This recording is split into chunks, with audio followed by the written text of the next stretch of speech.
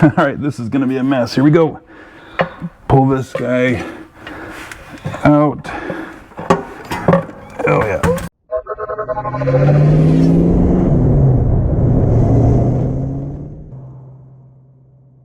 What's up guys, my name is Andy. This is a follow-up video to the original idea I had about getting this 3.5-inch drive shaft put in my car. It started off by me going to the junkyard to get a drive shaft out of a Crown Vic P71 police Interceptor police car. And the reason why I wanted that is because it's a 3.5-inch aluminum drive shaft that comes right out of those cars. And if you get lucky and they don't pick up the car with forklifts, it won't bend the drive shaft, and you can just cut the shaft down and there you go. But the last couple of ones I've purchased, they're always bent because that's how they pick them up in my junkyard, whatever. So you got to take it in and get it repaired and get a new shaft purchased. So I had a video about getting that out of the car, out of that police Interceptor, and then another video about me taking this to the shop to get it cut to length and get everything set up. And during that video, it took something like 4 weeks to to get that all done, and I ended up just buying a 3-inch aluminum drive shaft off the internet so I could just plug it in, because I was having a hard time finding a place that could get me the tubing that I needed for this, and then weld these end caps onto that tubing and make the drive shaft I needed. Now I've got it done. I was able to find a shop several weeks later. Now this is going on, I think, like 7 weeks now, or 8 weeks or something like that, from the time at the junkyard to get that drive shaft till now. And I'll save the cost for all this at the end, but the whole point of this was to be almost half price of what it would cost to buy an equivalent drive shaft off the internet, off your favorite, part supplier. This is a 3.5-inch aluminum drive shaft, 50 inches center to center is what we're looking for if you have the T5 transmission in these classic Mustangs. And then, of course, I needed to get a new yoke because this also has a wider U-joint in here. This is a 1330 size in here versus the 1310, which is the stock size for these cars. And that's actually the size that's in the aluminum drive shaft that's in there now, is 1310. We'll go over the difference in the sizes here at the end here, but what I wanted to do is get this installed in the car. This is ultimately what I was trying to get in my car, and the reason why is it's a lighter, stronger drive shaft with larger U-joints for plans that I have down the road with this car. But so anyways, let's I guess we should weigh this real quick before I put it in the car so we can compare it to the weights of the steel drive shaft that was in the car, and then that 3-inch drive shaft that I had in there that's in the car right now, and compare it to this. I do have the yoke on here. I didn't have the yoke on the steel drive shaft or the other aluminum drive shaft when I was doing that, so we'll have to do some funny math to kind of figure that out. But let's weigh this real quick and see what this comes out as.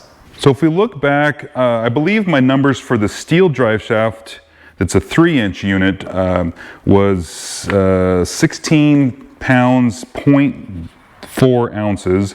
And the aluminum drive shaft that's in the car is 9 pounds and 9.6 ounces. Again, this is without the slip yoke. So, and then this drive shaft, from the police Interceptor, I weighed it before I got it cut down, and it weighed 16 pounds, 7.8 ounces, and that also included the yoke, which I know this is kind of throwing some stuff off, but that's what it was. So now that we have the 3-inch, oops, we should probably reset that. There we go. 3.5-inch drive shaft, and again, the slip yoke is on here. And we're sitting at, if I get this thing to stand up, 13 pounds and 9.6 ounces. So that's roughly, 4 pounds more than the aluminum drive shaft that's in the car right now. Again, I've got the slip yoke on here, so that's a couple of pounds easily. I'm guessing the weight difference between this 3.5-inch and that 3-inch is maybe a half a pound. These are a little bit bigger ends in here, of course the larger diameter tube, but it's 1/8-inch wall tubing, so it's not like we picked up a lot of weight going from a 3-inch to a 3.5-inch. So where we're at is, what do they say, 13 pounds, 9.6 ounces with the slip yoke, and that's quite a bit less, and that's almost, well, it's just 2.5 pounds lighter than the steel unit, but I didn't have the slip yoke on the steel unit when I measured it. So take it for what it is. This is a lighter unit, and it has beefier U-joints in here, so we're going to get a strength increase there. So this is a better unit, and the cost of this is start to argue that it's not worth it, but we'll get to that. So let's get the car jacked up, and I'm gonna get that other one out of the way so we can get this guy installed. All right, once you get your car safely up on jack stands, we can go after these U-bolts that are on the third member here and drop the back of the axle down.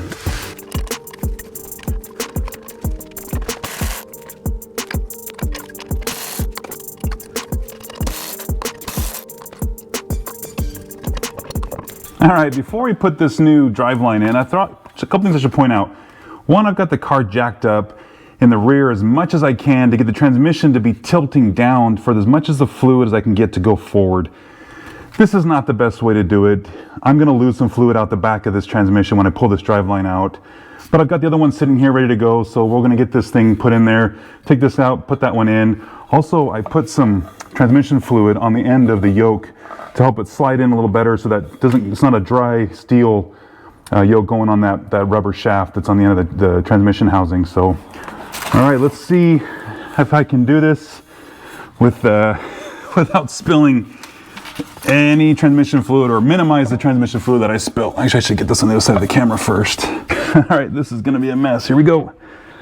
Pull this guy out. Oh yeah. Well, there's a bunch of fluid in the yoke, but actually nothing's pouring out of the transmission, so that's good. That's actually what I was hoping that I wouldn't have to deal with. But there was a bunch in the end of the yoke, and so that did go all over the ground here. And then we'll slide the new guy in here. Now I've got a 28 spline yoke, slip yoke on here. Boy, that went in pretty easy.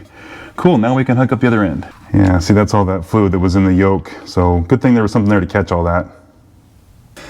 So I think this is a good time to point out, this is a 1330 width, but the same size caps. 1310 and 1330 have the same size caps, but it's a larger width. This is a 1310 because that's what my 8-inch, the rear end with her member of my car takes right now. When I upgrade to a 9-inch, it'll be a 1330, so I'll need to get a different U-joint. So it'll be 1330 by 1330, but for now, this is gonna work for what I've got. And it's always a good idea to put in new U-bolts when you get a chance. I did not think about that for this time around, and I'm using the same ones I had before, but it is recommended you put new U-bolts in every time you do this. Same thing with like leaf springs. It's always recommended to put new U-bolts in when you swap out your leaf springs.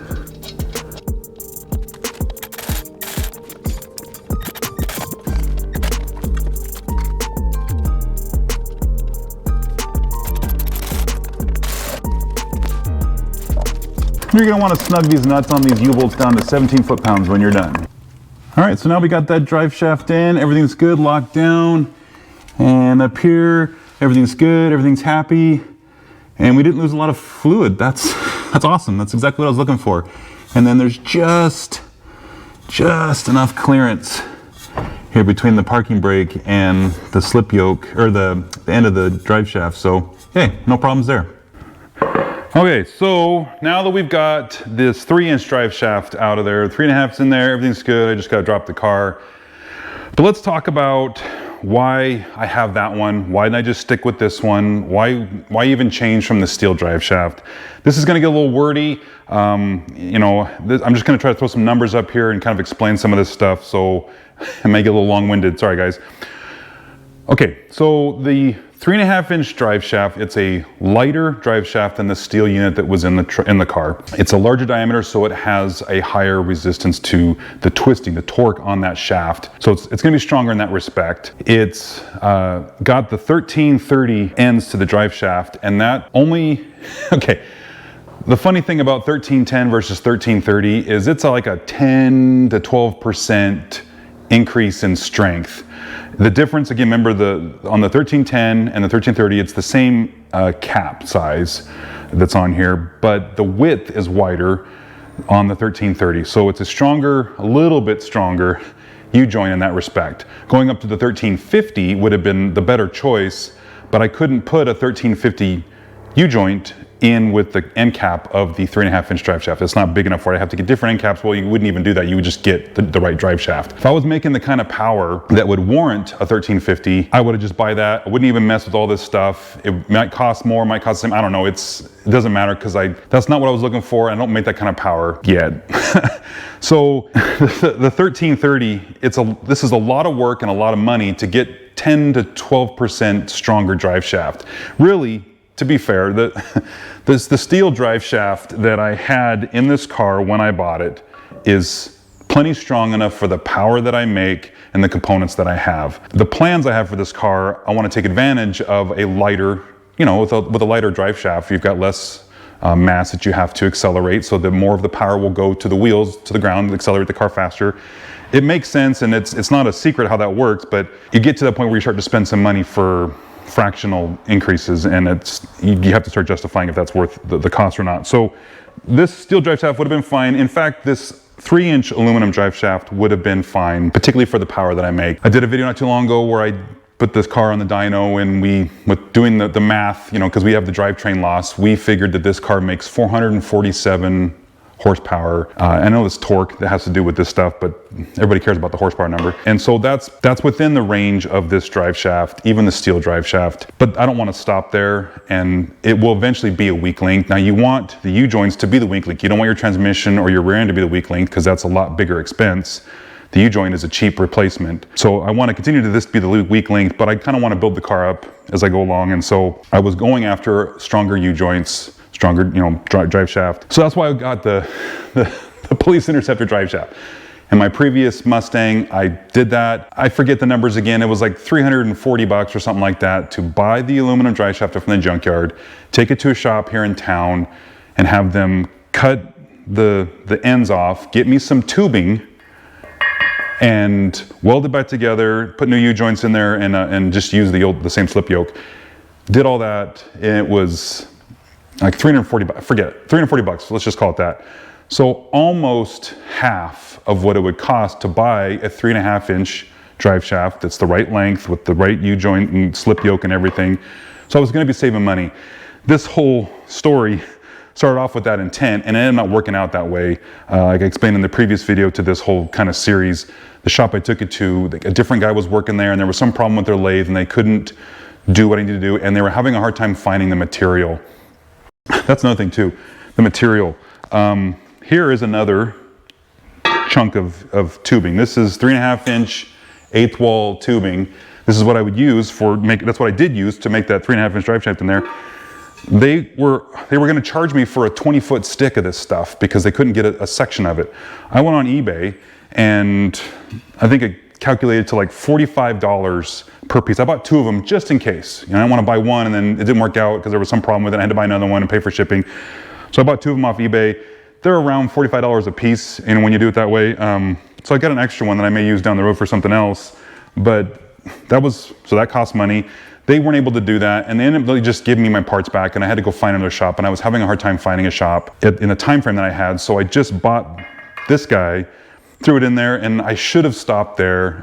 Because for what I spent on this was like 350 bucks shipped or something like that. Plus the money I'd spent on the drive shaft up until that point, I still would have been ahead. And this is strong enough for what I have, but I just didn't want to stop there. I wanted that larger drive shaft. So I eventually did find a shop that could do the work. They had to take the parts from that 3.5-inch, the end caps. I gave them the tubing, gave him both pieces just in case I had a problem. He put it all together and he made that drive shaft, and that ended up being, he charged me with tax, it was $480.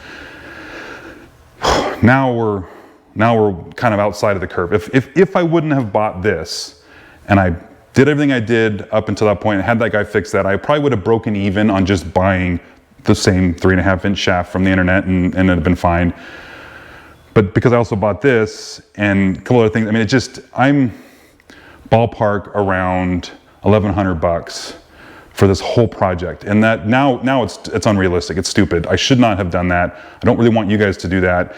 That doesn't mean don't go get a P71 drive shaft and turn it into, you know, what I was trying to do, because you might be able to find a shop that can do it for a decent price. You can get the tubing off eBay, so that's cheap. We already know that, and you can get it done, and it will be cheaper than buying one, but that's only if the shop can do it cheap enough. And you also have to justify, do you even need that? $350 for this guy with the yoke and everything. I mean, that's pretty tough to beat. This is stronger and better than the steel shaft. Well, I don't know if it's stronger than the 3-inch steel shaft that I have. You know, I'm not gonna make that claim, but it is lighter, and so I can more power to the ground, right? So, and what we say, you know, that steel shaft without the slip yoke was just over 16 pounds, and the 3.5-inch drive shaft with the slip yoke on there was 13 pounds, 9.6 ounces, or whatever I said it was. We're still lighter. We're saving weight. I got bigger ends on there. It's gonna be better for me down the road, but I'm into the whole thing now, including this, like $1,100. If I wouldn't have bought that, I'd probably be around just under $700 for that. If I would have, again, bought it from the junkyard and then took it to the shop that ended up doing the work and bought the parts I bought. With you buy the aluminum drive shaft on the internet with shipping and stuff, you're gonna be close to that anyway, so it's a wash. You might be better at that. So the whole point of me telling you guys all this is if you want to explore this and do this, the last car I did it for cheap. I couldn't do it for cheap this time, and that's why we got all the way to here. And again, just recapping, this probably would be fine. Well, definitely for now. The power I make and everything I have, this is absolutely fine for what I have. That 3.5-inch unit in there with the larger U-joints, I'm only 10 to 12% stronger. And it weighs more than this, right? It's a little bit, just a tiny bit heavier than this 3-inch unit, so whatever that's worth, right? But so guys, that's a long story. I know it's a lot of talking, but I just wanted to cover why I was doing this and the importance of you know, going through and finding out, do you want to just buy something off the internet, or do you want to try to make something yourself? And you also have to weigh, is it worth it to you? Are you going to pick up the savings from that? And the weight savings on this guy, $350 is pretty tough to beat. That is an improvement, right? So that guy, now I've spent too much. Hopefully you guys can do the same thing and spend too much. So cool. All right, guys, well, I'm going to drop the car, and it's getting hot today, so I want to get this done and get it out of the way and go for a drive. So, all right, guys, if you like the video, give me a thumbs up. And if you subscribe, I appreciate it because it helps my channel out, and we'll see you in the next one.